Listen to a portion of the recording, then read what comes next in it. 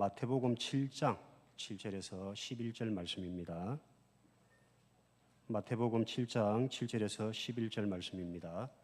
찾으신 줄 알고 제가 봉독해 올리겠습니다. 구하라 그리하면 너희에게 주실 것이요 찾으라 그리하면 찾아낼 것이요 문을 두드리라 그리하면 너희에게 열릴 것이니 구하는 이마다 받을 것이요 찾는 이는 찾아낼 것이요 두드리는 이에게는 열릴 것이니라. 너희 중에 누가 아들이 떡을 달라 하는데 돌을 주며 생선을 달라 하는데 뱀을 줄 사람이 있겠느냐?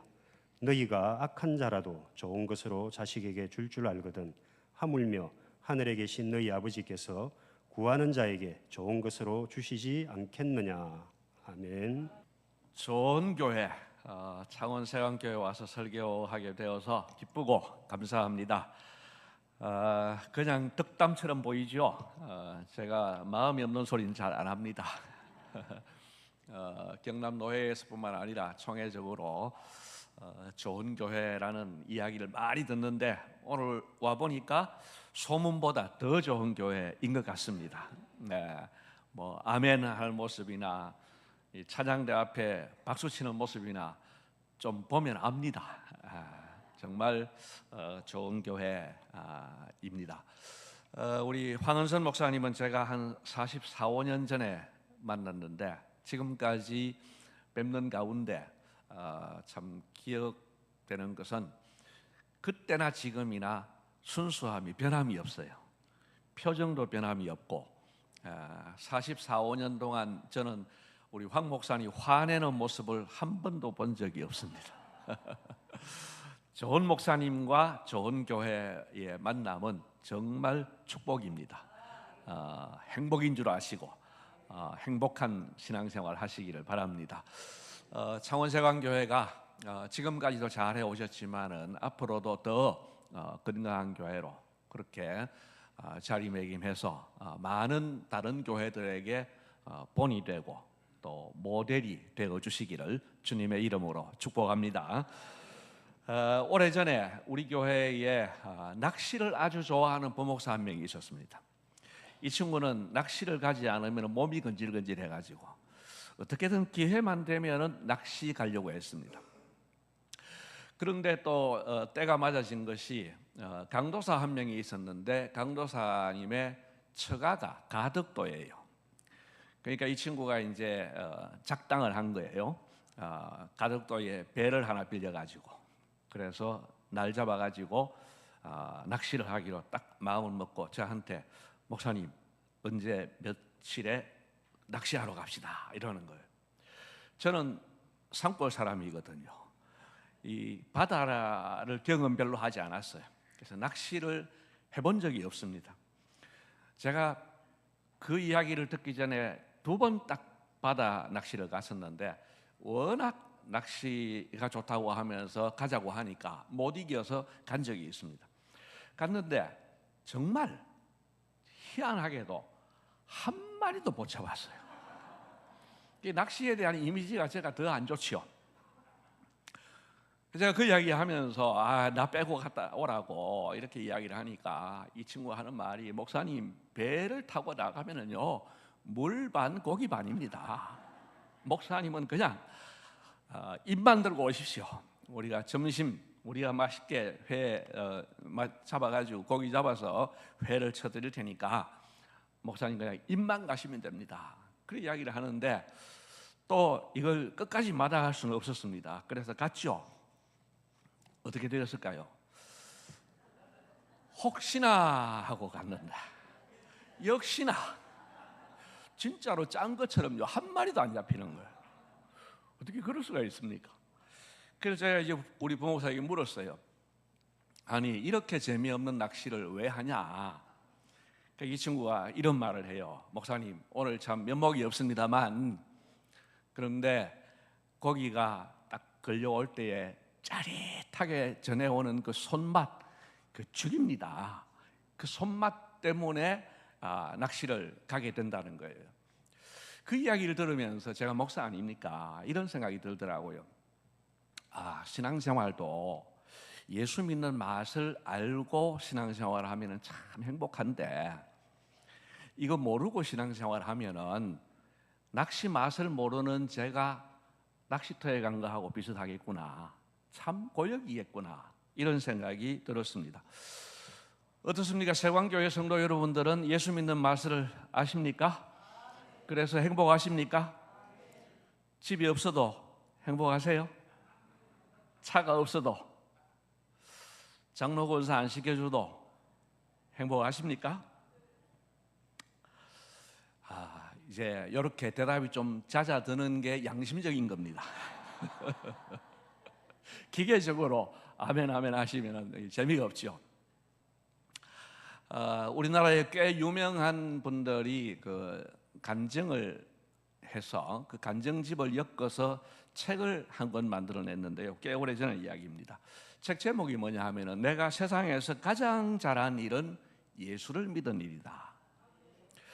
이게 그냥 보통 사람이 하는 말이 아니고 그 당시에 성공한 분들이었습니다. 뭐 장관 지내신 분들, 또 연세대학교 총장 하시는 분, 또 영화 감독, 영화 배우, 아주 유명한 분들이, 잘한 일이 세상에서 많은 분들이 하는 말이 자기가 세상에서 가장 잘한 일은 예수를 믿은 일이다. 그렇게 이야기를 하는데 저 마음속에 찡한 감동이 밀려왔습니다. 오늘 여기 계신 우리 모두도 이런 고백을 할 수 있기를 소원합니다. 내가 세상에서 가장 잘한 일은 예수를 믿은 일이다. 그러면 그 사람은 성공한 거예요. 제가 오늘 설교는 100년 전 이야기로 시작을 합니다. 100년 전 어느 산골 마을에 전염병이 돌았습니다. 그래서 많은 사람들이 죽었습니다. 그 중에 7살 난 아이가 그 가족들 가운데서 혼자 살아남았어요. 가족이 다 죽고 7살 난 아이가 혼자 살았는데 이 아이는 구대 독자였기 때문에 친척도 없습니다. 그 7살 난 아이가 어떻게 살아갔을지 짐작할 수 있는데요. 그래도 이 7살 난 아이가 그래도 이렇게 저렇게 살아서 성장하고 결혼을 하게 되었습니다. 자, 결혼을 하고 나니까 이 부부에게는 미션이 생깁니다. 뭐겠습니까? 대를 이어야 되는 거예요. 구대 독자니까. 그래서 열심히 출산을 하는데 다행히 3남 3녀를 낳았습니다. 그게 이제 안심이 되는 거예요. 아들 셋을 낳았으니까 이제는 독자 걱정 또는 대를 못 이을까 걱정 안 해도 되겠다. 이런 생각이 들었습니다. 그런데 어느 날 큰아이가 병이 든 거예요. 그리고 시름시름 앓다가 그만 세상을 떠났습니다.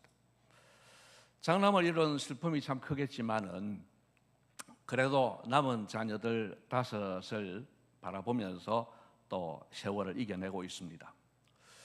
그런데 얼마 지나지 않아서 둘째 아이가 또 병든 거예요. 둘째 아들이. 그러니까 앞에 트라우마도 있는데 둘째 아들이 병이 되니까 정말 안절부절 못하면서 이곳저곳 다니면서 병을 고치려고 했죠. 도저히 낫지 않는 거예요. 그래서 마지막으로 찾아간 곳이 무당집을 찾아갔습니다. 그 당시는 무당 찾아가는 일이 흔히 있던 일입니다. 가서 굿이라도 한번 하면은 이 아이가 나으려나 하고 무당집을 찾아갔는데 그 무당이 이런 말을 합니다. 이 아이는 예수를 믿어야 낫소. 별로 안 놀라시네요. 이게 목사가 한 말이 아니고 무당이 한 말이라니까. 근데 이 무당이요, 반신반의하는 이 아이 엄마한테 한마디 더 합니다. 이 아이가 죽으면 막내 아들도 죽소. 여러분, 이 엄마가 교회를 갔을까요? 안 갔을까요? 어찌 아십니까? 안 갈 수가 없었죠. 그 동네는 교회도 없었고 십리밖에 4km를 걸어서 가야 했지만 교회를 갔습니다. 그리고 그 아들은 진짜로 나았습니다. 무당이 용해요. 하나님이 그 무당을 쓰신 것 같아요. 그렇게 아이가 낳고 그 집은 이제 믿음 생활을 하게 됩니다. 그때 그 낳은 아이가 저의 큰아버지입니다. 이 아이가 죽으면 막내 아들도 죽소 했던 그 막내가 저희 아버지입니다. 저희 가정은 그렇게 예수를 믿게 되었습니다. 저는 오늘 여러분에게 제가 경험한 좋으신 하나님 아버지를 좀 소개하려고 합니다. 오늘 오전에 사실은 제가 세광교회 예배 드렸거든요. 이 자리에 온 것은 아니고 제가 집에서 온라인으로 예배를 드렸습니다. 제가 지금 한 2달 동안 안식을 받아 있어가지고 오늘 예배를 드렸는데 목사님 설교가 얼마나 좋으신지 보니까 좋은 설교는 여러분 늘 듣는 것 같고, 그래서 오늘은 제 경험으로 좋으신 하나님 아버지, 제가 경험한 하나님 아버지를 좀 소개하면서 은혜를 나누려고 합니다. 우리 할아버지가 7살 때 전염병 때 살아남고 그 이후에 이런 과정을 겪은 것, 제가 태어나기 전이고 예수를 믿기 전이지만 그 모든 일들은 저에게 좋은 아버지의 경험이었습니다. 왜냐하면 그 덕을 제가 보고 있기 때문에 그렇습니다. 만약에 7살 난 저희 할아버지가 같이 돌아가셨다고 하면 오래전에 없을 것 아닙니까? 제가 어릴 때 우리 할머니를 보니까요, 예수를 믿기는 믿는데 참 성격이 안 좋아요. 제가 보니까요, 우리 아버지도 성격이 안 좋고요. 보니까 우리 할머니나 우리 아버지나 그냥 있어서는 예수 안 믿을 체질이에요. 도저히 예수 안 믿을 체질인데 하나님께서 그런 방법을 통하여서 예수 믿게 하셨구나. 그러니 그 덕분에 제가 모태신앙으로 자라난 것 아니겠습니까? 그래서 제가 예수를 믿기 전에, 제가 태어나기도 전에 하나님은 우리 할아버지를 100년 전에 살려주시고 또 한 80년 전에 강권적으로 우리 가정이 예수를 믿게 하셨고, 그래서 이렇게 모태신앙으로 자라나게 된 것, 그 혜택을 지금 누리고 있으니 그 하나님 아버지는 제가 직접 경험하지 않았지만 그 덕을 지금도 보고 있으니 저에게 정말 좋으신 하나님 아버지라는 확신이 있습니다. 여러분, 제가 하나님을 알기 전에, 태어나기도 전에 우리 하나님 아버지께서는 저희 가정을 이렇게 사랑하셨고 또 저를 사랑해 주셨습니다. 저희 아버지 어머니께서 1961년도에 결혼을 하셨는데요, 제가 초등학교 6학년 때, 그때는 국민학교라고 했죠. 초등학교 6학년 때 우리 아버지가 38살이었는데 38살에 중풍이 걸리셨어요. 그래서 이곳저곳 다니어서 치료를 받는다고 하는데 제대로 치료가 되지 않습니다. 그 중풍이 온 것도 사실은 사업의 실패로 인해 가지고 신경을 많이 쓰다가 그렇게 되었기 때문에 돈도 없죠. 겨우겨우 이제 응급 조치를 해가지고 좀 이제 움직일 수 있게 되었는데 가족의 생계를 책임질 정도의 건강이 회복되지는 않았습니다. 그때 우리 할머니께서 며느리인 저희 어머니를 불러놓고 명언을 하십니다. 나는 내 아들 책임질 테니까 너는 네 자식들 책임져라. 이 계산이 맞는 것 같죠, 그죠? 근데 왜 당신께서는 아들이라 하고 여기는 자식들이라 하는지 그건 잘 모르겠지만 아무튼 그랬습니다. 요즘은 30대의 주부가 돈 벌어서 살 수 있는 길들이 있겠습니다만 그 당시 그 시골에서는요, 30대의 이 부인이 어디 가서 일할 데가 없었습니다. 그래서 많은 고민을 끝에 저희 외삼촌께서 다리를 놓고 해서 저 대구에 있는 어느 고아원에, 권사님이 하는 고아원에 우리 사남매를 데리고 우리 어머니가 가시기로 그렇게 이제 결정을 하고 이제 가기 이제 날을 받아놓고 있는 상태입니다. 하루는 어머니가 저를 불러요. 13살밖에 안 됐지만 장남이라고 불러셨던 것 같습니다. 그리고 이런 말씀을 하십니다. 내가 너를 임신하고부터 지금까지 대학 졸업시켜달라고 매일 기도했는데, 그 다음에는 말씀을 흐리시고 점점점입니다. 어린 제가 들을 때에도 그 뒤에 말은 결국 이렇게 되었구나, 하나님이 내 기도 안 들어주시네, 이런 거였던 것 같습니다. 다행히 저희 아버지의, 그분도 아주 가난했던 분인데 약값하라고 그렇게 그 당시로는 상당히 많은 돈을 주시면서 약값하라고, 주님 오시는 날까지 내 이름은 밝히지 말아달라고 그러면서 약값을 주셨고, 저희 아버지께서 그것 가지고 우리 가정을 다시 한번 이렇게 봐야 되겠다. 그래서 결과적으로는 고아원 가지 않고 자랄 수 있었습니다. 여러분, 제 어머니의 기도에 대해서 여러분들은 그 의미를 모르시는 분이 더 많을 것 같습니다.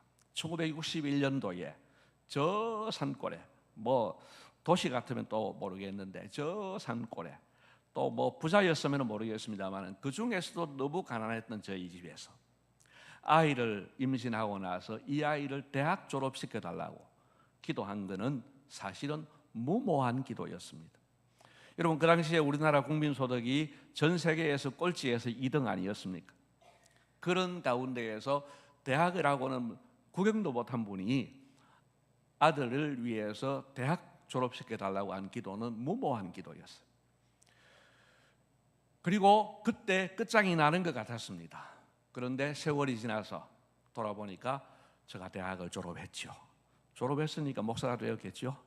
근데 하나님께서는요, 저만 졸업을 시켜준 게 아니고 동생들까지 4남매를 다 대학 졸업시켜 주셨고, 또 아들들은 다 대학원 졸업하게 하셨고, 또 하나는 박사까지 되게 하셨습니다. 여러분, 하나님께서는요, 우리 어머니의 그 무모한 기도, 계산 없는 기도에, 계산이 나오지 않는 그 기도에 응답하셨고, 응답하시되 넘치도록 풍성하게 응답해 주셨습니다. 여러분, 하나님 아버지는 정말로 좋으신 아버지이십니다. 할렐루야. 제가 1997년도 4월에 지금 현재 섬기고 있는 교회에 부임을 했습니다. 만 28년이 지나고 이제 29년째가 되었습니다. 제가 처음에 교회에 와서 부임을 해서 보니까 우리 교회가 땅이 부지가 200평이에요. 200평에다가 예배당을 지어 놓았는데 100평짜리 단층 건물 딱 지어 놓았어요. 그 100평도 앞에 20평은 관리집사 사택으로 쓰고 있고, 또 뒤에 20평은 들어오는 로비에 또 유아실, 이러니까 본당이 60평이에요. 그리고 이제 2층에다가 조립식으로 교육관 한다고 60평을 지어 놓았습니다. 아이들이 성경 공부를 하는데 공부할 방이 없어가지고 성합차 문전을 놓고 공부하더라고요. 또 어떤 반은 보니까 2층 올라가는 철계단이 하나 있는데 거기다가 아이를 앉혀놓고 공부를 하고 있어요. 이렇게 할 일은 아니다, 그런 생각이 들어서 교회가 이제 교회당을 건축하기로 했습니다. 건축을 하기로 했는데 모두가 마음이 잘 맞아요. 뭐냐 하면은 무리하지 말고 합리적으로, 현실적으로. 그래서 200평에 지을 수 있는 그 면적, 그리고 우리가 부담할 수 있는 정도. 그래서 우리가 뭐 예산이 2억이 안 됐어요. 2억 가까이 되니까 우리가 할 수 있는 최선은 마지노선이 10억이다. 그래서 10억을 가지고 건축을 하면은 빚이 한 6, 7억 되는 이런 정도. 이 정도가 우리가 할 수 있는 마지노선입니다. 그렇게 이제 목사도 장로도 다 마음이 맞아진 거예요. 지극히 현실적이고 합리적인 계획이었습니다. 그렇게 설계가 이제 다 되어갈 무렵에 이웃집에서 연락이 온 거예요. 우리 땅이 90평이 있는데 이 땅을 좀 사세요 하고 연락이 온 거예요. 우리 교회가 200평인데 딱 이렇게 생겼어요. 여기가 도로변이고 좁고 길고 이렇게 돼 있는데 그 90평은 여기에 있는 90평이에요. 그러니까 우리한테 꼭 필요한 땅이에요. 값도 싸요. 그런데 제가요, 장로님들한테 의논도 안 했어요. 왜냐하면 제가 빚이 너무 겁나는 사람이라 가지고. 우리는 10억이 마지노선이야. 빚지기를 그렇게 겁내했던 사람이에요. 근데 하루는 장로님께서 전화가 오셨어요. 목사님, 그 집 사라 했다면서요? 예, 그렇습니다. 근데 왜 우리하고 의논도 안 하십니까? 아니, 우리 빚 더 지면 안 되잖아요. 그랬더니만은 이 경험 없는 목사가 이런다고 장로님 하시는 말씀이, 아닙니다 목사님, 교회 옆 땅은 나오면은 사야 됩니다. 건물을 한 층을 줄이더라도 그거 사야 됩니다. 그래서 90평을 샀어요. 그렇게 90평을 사고 나니까 이제는요, 여기 땅을 사자는 이야기가 나오는 거예요. 그래야 이 네모 받아도 할 것 아닙니까? 이게 115평인데 이거는 꽤 비싸요. 제가요, 땅 사자고 하는 사람들한테 야단치고 다녔어요. 왜냐하면 이거 사면은 건축 못 한다. 그러면서 말리고 빚 안 지려고 했어요. 근데 하루는 기도를 하고 있는데 이런 생각이 떠오르는 거예요. 그 115평의 주인이 지금 임대 사업을 하고 있어요. 주차장 임대를 하고 있어요. 그래서 우리도 이 땅을 사되 이 임대 소득을 가지고 이자를 주면은 우리 땅 할 수도 있겠네, 이런 생각이 들더라고요. 그 장로님들 의논했더니만 장로님도 아주 좋은 생각이래요. 그래서 이제 공동회의까지 결정을 했어요. 마지막 결정을 하고 나서 우리 집사님 한 분이, 지금은 장로님이신데, 이분이 하시는 말씀이, 목사님, 이웃교회는 교회 주차장을 그냥 무료 개방도 한다는데, 우리 교회가 그 주차장 임대 사업해가지고 될 말입니까? 그 말을 듣고 보니까 또 맞잖아요. 그래서 땅은 사되 임대 사업은 안 하기로 한 거예요. 그럼 이제 문제는 어찌 됩니까? 이자 감당을 어떻게 할 거예요? 자, 이제 땅이 이렇게 넓어지고 나니까 또 무슨 문제가 생깁니까? 이제 건축 면적이 또 문제가 생기는 거예요. 이게 이제 건축이 늘어나게 되고, 이러다 보니까요, 건축을 완공을 하고 나니까 30억이 든 거예요. 그리고 비전 25억이 넘는 25억 5천 정도 진 거예요. 우리 1년 예산이 2억밖에 안 되는데 이게 이자가 한 달에 1,300만 원이 나가는 거예요. 1년에 1억 한 5, 6천만 원 나가는 거예요. 그러니까 이웃 교회들이 이제 소문이 나는 거예요. 저 교회 부도난다. 젊은 목사가 와가지고 저 천지도 모르고 저렇게 무리하게 건축을 하더니만은 저렇게 부도난다고 막 소문이 나는 거예요. 제가 그 문제를 가지고 기도를 안 했겠습니까? 기도를 하려고 이 이야기를 꺼내려고 하는 순간에 제가 한 번도 경험해 보지 못한, 정말 이건 하나님께서 주시는 음성이다 싶은 생각이 이렇게 마음속으로 들려졌습니다. 그 내용이 이렇습니다. 제 목사, 그 교회가 내 교회냐 네 교회냐? 그거야 하나님 교회지요. 그런데 왜 네가 걱정하냐? 교회 비전, 주인인 내가 책임질 테니까 종인 너는 네 할 일이나 잘해라. 종노릇이나 잘해라. 여러분, 저에게요, 그 이야기는 너무너무 복음이었어요. 사실은 빚이 감당할 수 없는 빚인데 하나님께서 주인인 내가 책임질 테니까 종인 너는 종노릇이나 잘해라. 이게 얼마나 우리의 마음을 가볍게 했는지 모릅니다. 그래서 제가 빚을 갚아달라는 기도를 한 번도 하지 않았습니다. 왜냐하면 이건 너무 분명한 하나님의 약속이었기 때문에. 약속대로 세월은 좀 걸렸지만은 코로나 전에 빚 다 갚고 헌당할 수 있었습니다. 할렐루야. 여러분, 하나님은 정말 좋으신 하나님 아버지가 맞습니다. 우리에게 내가 네 인생도 다 책임져 줄 테니까 너는 네 할 일만 잘해라 라고 하시는 하나님 아버지, 정말 좋으신 하나님 아버지이신 줄로 믿습니다. 그런데 이렇게 좋은 일만 있었던 것은 아닙니다. 저에게는 항상 남모르는 고민이 있었습니다. 제가 결혼을 좀 일찍 했는데요, 결혼한 지 몇 달이 지나지 않아서 아내가 허니문 베이비를 가졌는데, 임신 중에 아내가 이런 이야기를 합니다. 내가 사모가 된 것은 잘못된 것 같아, 이야기를 하는 거예요. 도대체 그게 무슨 말이냐 알아보니까 아버지가 알코올 중독이었습니다. 술만 마시면 집에 와서 집을 엉망으로 만들어 놓고 그런 가정폭력에 시달리고, 이러는 가운데 교회를 보니까, 목사님 가정을 보니까 너무 편안한 거예요. 너무 해피한 거예요. 그거 하나 딱 보고 나는 목사 사모가 돼야 되겠다. 목사하고 결혼하면은 이런 지긋지긋한 일을 안 당해도 되겠다. 오직 그거 한 마음 가지고 사모가 되겠다고 생각을 했던 겁니다. 근데 막상 사모가 되고 보니까 새벽 기도도 가야 되고 또 뭐 좀 치장도 하고 싶은데 이것도 지금 뭐 조금 제약을 받고 이러면서 자기는 사모를 못 하겠다는 거예요. 청천벽력 같은 이야기였습니다. 26살 새신랑이 이건 누구한테 의논도 못하고 정말 고민하면서 제가 할 수 있는 거라고는 설득하고 달래주고 잘해주고 그렇게 하면서 이제 시간을 보냅니다. 그러면서 신학교 졸업하고 군목 생활 마치고 부목사 생활 마치고 담임 목사까지 되는데 10년이 걸렸어요. 36살에 담임 목사가 되었습니다. 그 기간 동안에 아내는 늘 이혼을 요구하는 것은 아니지만 주기적으로 6개월마다 1년마다 좀 길게 가면 2년 이렇게 이혼하자고 했습니다.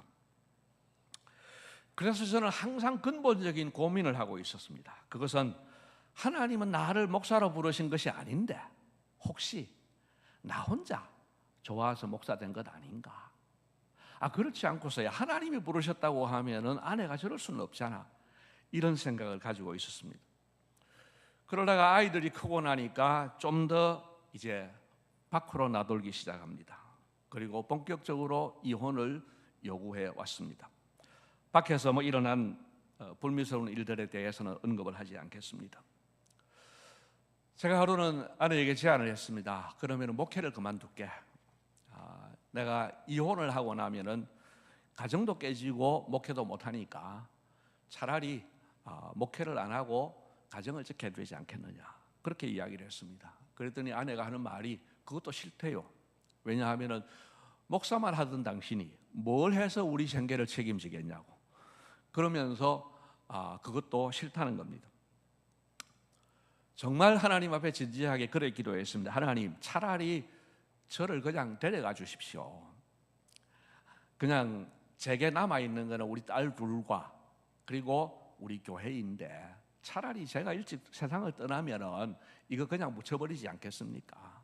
그러면서 하나님께 간절히 기도했습니다.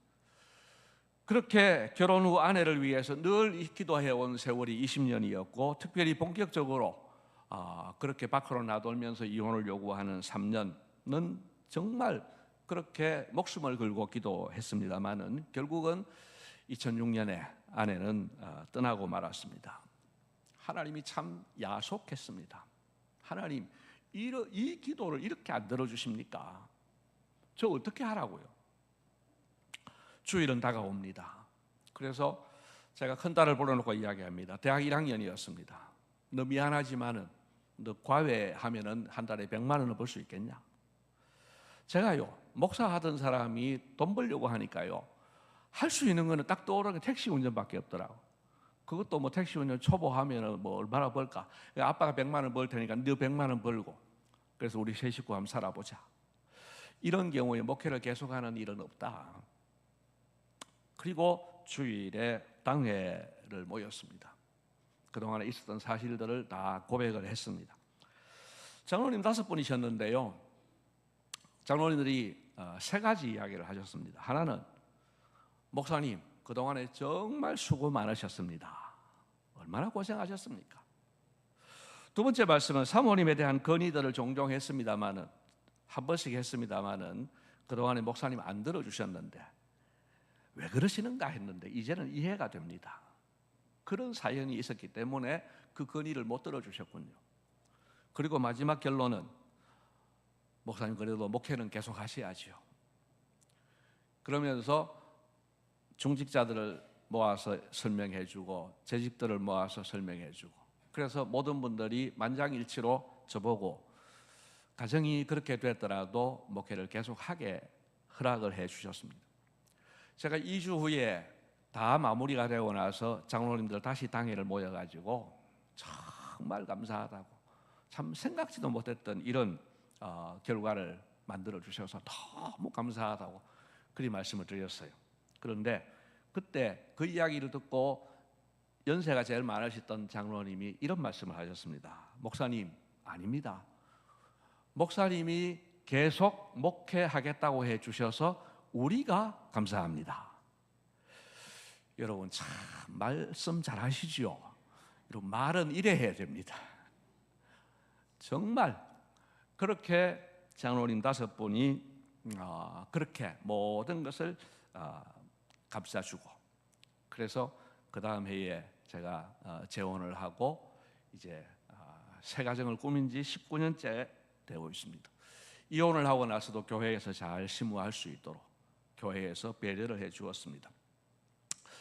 딸들은 결혼을 일찍 해가지고요, 제가 손주가 6명입니다. 황 목사님보다 앞서는 것은 손주입니다. 또 너뚱이를 하나 낳았는데요. 고등학교 1학년이에요. 조카하고 4살 차이입니다. 여러분, 하나님께서 이 기도는요, 거절로 응답해 주셨습니다. 여러분, 거절도 응답이라는 것을 아셔야 됩니다. 묵묵부답이 응답이 아닌 거예요. 근데 거절도 응답입니다. 하나님은 저의 기도를 거절하셨지만은 거절하시는 대신에 넘치는 은혜를 주셨습니다. 피를 말리는 3년 동안 하나님께서는 놀라울 만큼 감당할 힘을 주셨습니다. 고린도전서 10장 13절의 말씀대로 능히 감당케 하시느니라. 하나님이 능히 감당케 하셨습니다. 그리고 돌이켜보니까요, 제 평생 동안 하나님과 가장 가까웠던 기간이 그 3년이었던 것 같아요. 그리고 그 3년 동안 설교도 제일 은혜로웠던 것 같아요. 교인들이 그때 은혜 받았다는 이야기를 많이 하셨습니다. 그럴 수밖에 없는 게, 교인들은 제 사정을 모르지만 저는 지금 죽음을 각오를 하고 기도하면서 하나님과 씨름하고 있는 중입니다. 그러니 그때 은혜가 넘쳤던 것 같습니다. 사역의 열매도 제 목회 기간 동안에 그때가 제일 풍성한 은혜를 주셨습니다. 그리고 이 사건을 마무리하고 새 출발하는 과정에서 놀라울 정도로 교회가 하나 되고 교회가 이해하고 배려해주고, 또 제가 부산노회 소속인데 부산노회도 만만치 않거든요. 그런데 그 노회에서도 목사가 잘못한 것은 아니다, 그러니 이 일은 문제 삼을 일은 아니다, 그러면서 응원해 주셨습니다. 무엇보다도 제 소명에 대한 확신을 주신 거죠. 하나님 나를 부르신 것 아닌가 했는데 이보다 더 분명한 증거가 어디 있겠는가. 그래서 저는 소명에 대한 확신을 가지고 이제 정말 하나님 사랑받으면서, 하나님 사랑하면서 지금까지 달려올 수 있었습니다. 여러분, 우리 하나님 아버지는 정말로 좋으신 아버지 하나님이 맞습니다. 이런 하나님을 경험하면서 저도 이제 60대 중반으로 접어들었습니다. 기도의 내용도 다양했지만 응답의 패턴도 다양했습니다. 어디 이뿐이겠습니까? 좋으신 하나님 아버지에 대한 경험은 넘치도록 많습니다. 여러분, 제가 지금까지 경험한 하나님 아버지는 다 표현 못할 만큼 좋으신 하나님 아버지이셨습니다. 할렐루야. 이제 말씀을 맺으면서 여러분에게 2가지 축복을 하려고 합니다. 먼저 이렇게 좋으신 하나님 아버지를 여러분들도 체험하시기를 축복합니다. 그리고 더 나아가서 이 좋으신 아버지 하나님을 여러분의 자녀들도 체험하도록 도와주시기를 바랍니다. 여러분에게 하나님은 어떤 분입니까? 여러분의 하나님 아버지는 별로 안 좋습니까? 잘 모르겠습니까? 여러분의 하나님 아버지도 좋으신 하나님 아버지 맞습니다. 그런데요, 경험하셔야 됩니다. 어떻게 경험하면 되겠습니까? 제가 초등학교 5학년 때 자전거를 배웠습니다. 우리 집에 자전거는 아동용 자전거는 생각도 못했고, 어른들 일반 자전거도 아니었고, 우리 아버지 장사하기 위해서 하는 큰 짐 자전거, 그 굉장히 무겁습니다. 제가 체구도 작았고, 그 자전거를 끌고 이제 무슨 용기에 있는지 학교 운동장으로 가면서 저 자전거 배워오겠습니다 이랬더니만 우리 아버지 한 말씀 하세요. 얘야, 자전거가 넘어지려고 하면은 넘어지는 방향으로 핸들을 돌려야 된다, 이렇게 이야기를 하시더라고요. 근데 제 마음속에는 이해가 안 되는 거예요. 세상에 그런 게 어디 있노? 아니, 왼쪽으로 넘어지려고 하면 오른쪽으로 돌려서 중심을 잡아야지, 이 생각이 드는 거예요. 그래서 제가 운동장에 가서 제 마음대로 했어요. 자전거를 이제 타서 왼쪽으로 넘어지려고 하면은 오른쪽으로 돌리면은 꽈다당 한 20-30번을 했던 것 같아요. 도저히 안 돼서 이제 포기하고 돌아오려고 하는 순간에 이런 생각이 드는 거예요. 믿져봐야 본전인데 우리 아버지 시키는 대로 한번 해볼까? 그래서 아버지 시키는 대로 한번 해봤어요. 근데 그 느낌이 지금도 생생합니다. 왼쪽으로 넘어가시려고 해서 왼쪽으로 핸들을 돌렸더니만은 이 진짜로 안 넘어지는 거예요. 그러면서 저한테 딱 다가온 생각이 되네. 야, 우리 아버지 말씀대로 했는데 진짜 되네. 여러분, 이 느낌이 지금 세월이 50년 세월이 지났지만 그게 지금도 생생합니다. 여러분, 하나님을 경험하는 것도 마찬가지입니다. 오늘 낮에 황 목사님도 말씀하셨지만은 여러분, 하나님 말씀에 순종으로 경험해 보면 되네, 이게 체험이 된다, 이 말씀입니다. 여러분들도 하나님의 말씀에 순종함으로써 되네, 이 체험이 있기를 축복합니다. 제가 2, 3년 전에 어느 집회에서 설교를 들었습니다. 기도에 대한 설교를 얼마나 많이 들었겠습니까? 그런데 그 목사님이 좀 특이한 말씀을 하세요. 여러분, 기도 길게 하지 마세요. 5분만 하세요. 이라는. 그 대신에 제가 시키는 대로 하세요. 그 기도 제목을 기록해서 기도하라는 거예요. 그리고 소리 내어서 기도하라는 거예요. 제가 그거 한번 해봤어요. 물론 5분보다는 넘어갔겠죠. 그래서 기도 제목을 쓰고 소리 내어서 기도를 하면서 기도 응답이 이제 나오는 거예요. 그래서 목사님이 시킨 것은 아니지만 기도 응답 받은 것을 이제 쓰기 시작했습니다. 응답 받은 것을 위에는 지우고 기도 제목에는 지우고 응답 받은 리스트에 적기 시작했습니다. 제가 응답을 기록한 것이 1년 반쯤 되었는데요, 제 휴대폰에 넘버가 523번까지 나가 있습니다. 여러분, 1년 동안 하나님께서 523회 기도에 응답해 주셨습니다. 해보니까 되네, 이게 되더라, 이 말씀입니다. 여러분, 팁을 하나 드릴까요? 제가 오늘 설교하러 오면서 기도를 했을까요, 안 했을까요? 했겠죠. 그러면 오늘 제가 전하고자 하는 말씀, 성령님께서 전하고자 하는 말씀이 전달되고 설교 마치고 나면 기도 응답이 된 겁니까, 안 된 겁니까? 된 거예요. 그런데 사람들은 그런 걸 기도 응답이라고 잘 생각을 안 해요.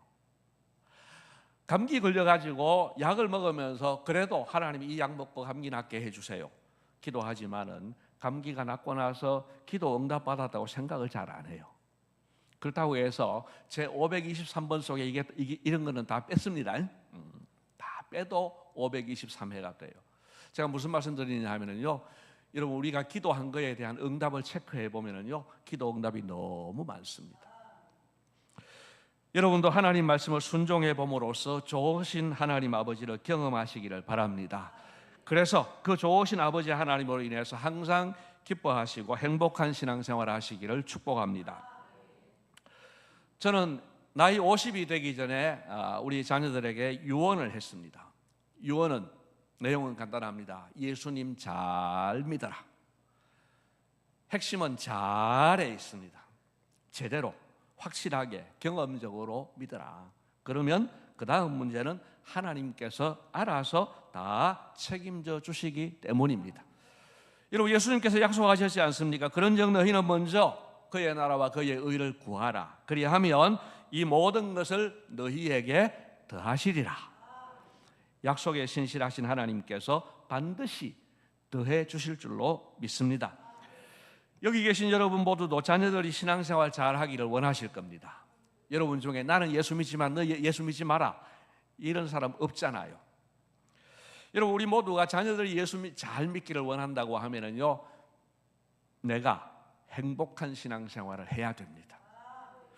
여러분, 생각해 보시오. 부모의 신앙생활, 교회의 생활이 행복하지 않으면 자녀들이 뭐라고 생각합니까? 저런 예수를 뭐하러 믿나? 그리고 왜 우리까지 힘들게 믿으라고 하냐? 여러분, 나중에 머리가 커지면은요, 주님 떠나게 됩니다. 교회 떠나게 됩니다. 그러나 반대로 부모의 신앙생활, 교회 생활이 행복하면 나중에라도 생각하게 됩니다. 자기 나이가 옛날 아버지 나이가 되면서 우리 아버지는 중년의 시대에 어떻게 그렇게 행복하셨을까? 그리고 캐고 들어가 보면은 교회와 신앙생활밖에 남지 않아요. 이게 핵심이었구나. 그러면은요, 자녀들이 교회를 떠났다가도 다시 돌아오는 역사가 일어날 줄로 믿습니다. 다시 말씀드립니다. 최소한 내가 내 자녀들 예수 믿는 일에 방해는 되지 말아야 하지 않겠습니까? 도움이 되어야죠. 그러기 위해서는 내가 좋으신 하나님 아버지를 경험하고 그래서 행복한 신앙생활을 해야 된다, 이 말씀입니다. 세원교회 성도 여러분, 기도 응답을 체험해 보십시오. 또 순종의 기쁨도 체험을 해 보시기를 바랍니다. 큰 어려움 가운데서도 세밀하게 인도하시고 보호하시고 공급하시는 하나님을 체험해 보시기를 바랍니다. 그러면 예수 믿는 맛을 누리면서 행복한 인생을 살 수 있습니다. 부디 오늘 헌신 예배 드리는 모든 분들과 우리 세관교회 모든 성도 여러분들이 체험을 통해서 좋으신 하나님 아버지를 확신하고 그 아버지의 손을 잡고 행복한 신앙생활을 자자손손 행복한 신앙생활 하시기를 주님의 이름으로 축복합니다. 고맙습니다. 주님, 좋으신 하나님 아버지, 정말 좋으신 아버지 하나님을 우리 모두가 체험하면서 살게 하여 주시옵소서. 오늘 헌신 예배를 드리는 모든 주의 백성들과 이 자리에 참석한 모든 주의 백성들이 자자손손 하나님 말씀에 순종하면서 좋으신 하나님 아버지를 체험하면서 행복한 신앙생활 하게 하여 주시옵소서. 감사하옵고 예수님 이름으로 기도드리옵나이다. 아멘.